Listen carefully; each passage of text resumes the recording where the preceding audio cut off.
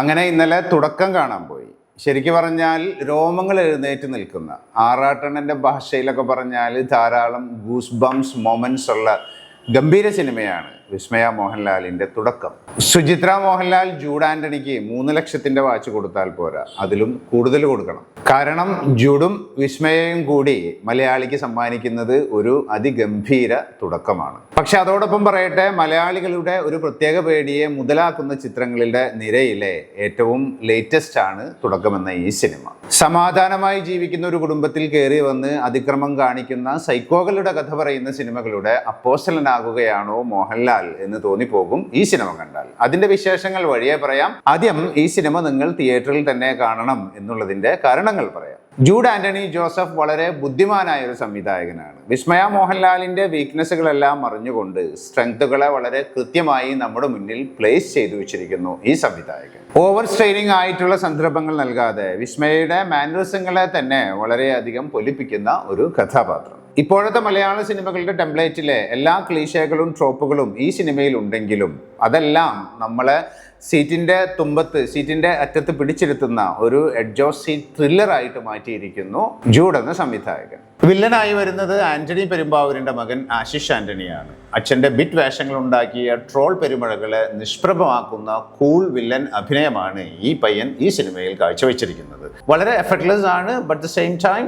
Terrifying. ഒരു കൊച്ചു കുടുംബത്തിലേക്ക് ക്ഷണിക്കാതെ വരുന്ന അതിഥിയായി നമ്മെ പേടിപ്പിക്കുന്നു ഈ പയ്യൻ. മലയാള സിനിമയിലെ സ്ഥിരമായ സാന്നിധ്യങ്ങൾ ഈ സിനിമയിലുമുണ്ട്. ജേക്സ് ബിജോയിയുടെ പശ്ചാത്തല സംഗീതം, ചമൻ ചാക്കോയുടെ ബ്രിസ്ക് എഡിറ്റിംഗ്, അഖിൽ ജോർജിന്റെയും ജോമോൻ ടി ജോണിന്റെയും ക്യാമറ, ജൂഡിന്റെയും കൂട്ടാളികളുടെയും എഴുത്ത്, അങ്ങനെ സിനിമയ്ക്കുള്ള ഹിറ്റ് ചേരുവകളെല്ലാം കൃത്യമായ പാകത്തിൽ അരച്ചു ചേർത്തിട്ട് അല്പം രുചിയുള്ള കറിയാണ് തുടക്കമെന്ന സിനിമ. മോഹൻലാൽ ഒരു ക്യാമിയോ റോളിലുണ്ട്. ആ റോൾ കാണുമ്പോഴാണ് നമ്മൾക്ക് മനസ്സിലാകുക ageing like a fine wine എന്നൊക്കെ പറയുന്നത് ഇദ്ദേഹത്തെ കുറിച്ചാണ്. മോഹൻലാൽ വരുന്ന സീനിൽ നീണ്ടു നിൽക്കുന്ന ഒരു മോണോലോഗ് കേൾക്കുമ്പോഴാണ് നമ്മൾക്ക് മനസ്സിലാക്കുക മലയാളികൾക്ക് എന്തുകൊണ്ടാണ് മോഹൻലാൽ എന്ന ലാലേട്ടനോട് ഇത്ര പ്രിയമെന്ന്. പക്ഷെ എന്നെ വിസ്മയിപ്പിച്ചത് വിസ്മയ മോഹൻലാൽ തന്നെയാണ്. അത് തീരെ പ്രതീക്ഷകളില്ലാതെ പോയത് കൊണ്ടായിരിക്കാം, അല്ലായിരിക്കാം. തൻ്റെ രീതിയിൽ ഓരോ സീനിനെയും നന്നായി ചെയ്തു വെച്ചിരിക്കുന്നു ഈ തുടക്കക്കാരി. ഇന്റർവെല്ലിന് അടുത്തായിട്ട് വിസ്മയുടെ ഒരു ചവിട്ടുണ്ട്. വാവ്!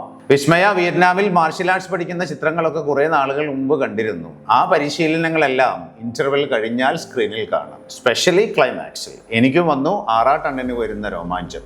തീർച്ചയായും കുടുംബസമേതം തിയേറ്ററിൽ തന്നെ പോയി കാണേണ്ട സിനിമയാണ് തുടക്കം. വിയോജിക്കാനുള്ളത് സിനിമയിൽ തീരെ ഗൗരവം നൽകാത്ത ഒരു സാമൂഹിക വശത്തെക്കുറിച്ചാണ്. ഈയടുത്തിറങ്ങിയ മോഹൻലാൽ ചിത്രങ്ങളുടെ ഒരു സ്ഥിരം പ്രമേയമാണ് മലയാളികളുടെ ഒരു പേടി. സമാധാനമായി ജീവിക്കുന്ന ഒരു കുടുംബത്തിലേക്ക് കയറി വരുന്ന എല്ലാ ദുശ്ശീലങ്ങളുമുള്ള ഒരു സൈക്കോ. അത് പയ്യനാകാം, പോലീസ് അധികാരിയാകാം, പലതരത്തിലുള്ളവരാകാം. അവർ എന്നിട്ട് ആ കുടുംബത്തിന്റെ സമാധാനം തകർക്കുന്ന പ്രമേയം. ദൃശ്യം 3 ഭാഗങ്ങൾ തുടരും. ഇപ്പോൾ തുടക്കം. മോഹൻലാൽ മാത്രമല്ല, മറ്റ് നായകന്മാരുടെ ചിത്രങ്ങളും ഈ നിരയിലുണ്ട്. ഓഫീസർ ഓൺ ഡ്യൂട്ടി, മുറ തുടങ്ങി ധാരാളം സിനിമകൾ ഇത്തരം പ്രമേയവുമായി ആവർത്തിച്ചു വരുന്നുണ്ട്. ഈ സിനിമകളെല്ലാം പറയുന്നത് മലയാളി പേടിയെ, പ്രത്യേകിച്ച് പെൺകുട്ടികളുള്ള ഏതൊരു കുടുംബത്തിന്റെയും വേവലാതിയെ പറ്റിയാണ്. നേരമൊന്ന് ഇരുട്ടിയാൽ, അല്ലെങ്കിൽ അവർ എവിടെയെങ്കിലും യാത്ര പോയാൽ, വീട്ടിൽ തനിച്ചായാൽ എന്ത് സംഭവിക്കുമെന്ന ചിന്ത.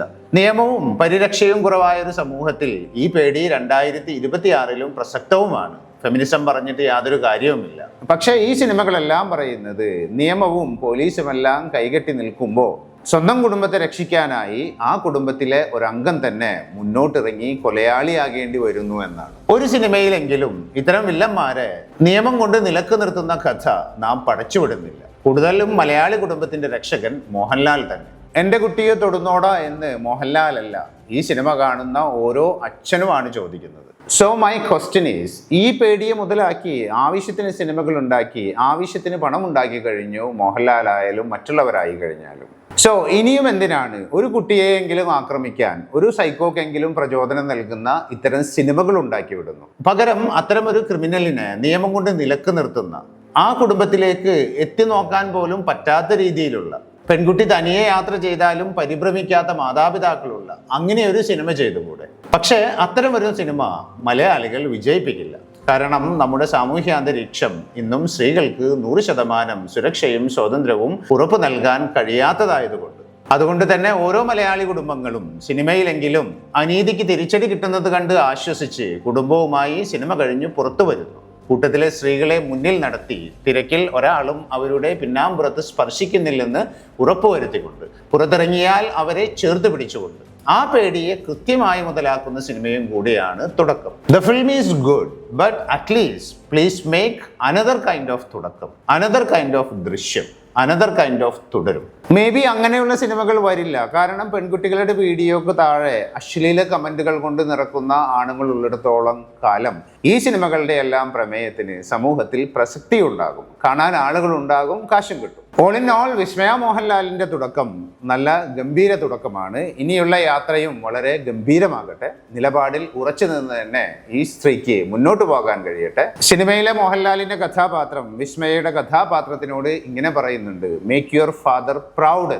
വിസ്മയ ചെയ്യുന്നതും അത് തന്നെയാണ്. സ്വന്തം പിതാവിനെ വളരെ പ്രൗഡാക്കി മാറ്റിയിരിക്കുന്നു ആദ്യ ചിത്രത്തിലെ തുടക്കത്തിലൂടെ വിസ്മയ മോഹൻലാൽ. മേ ബി സഹോദരനേക്കാൾ വളരെ നന്നായി.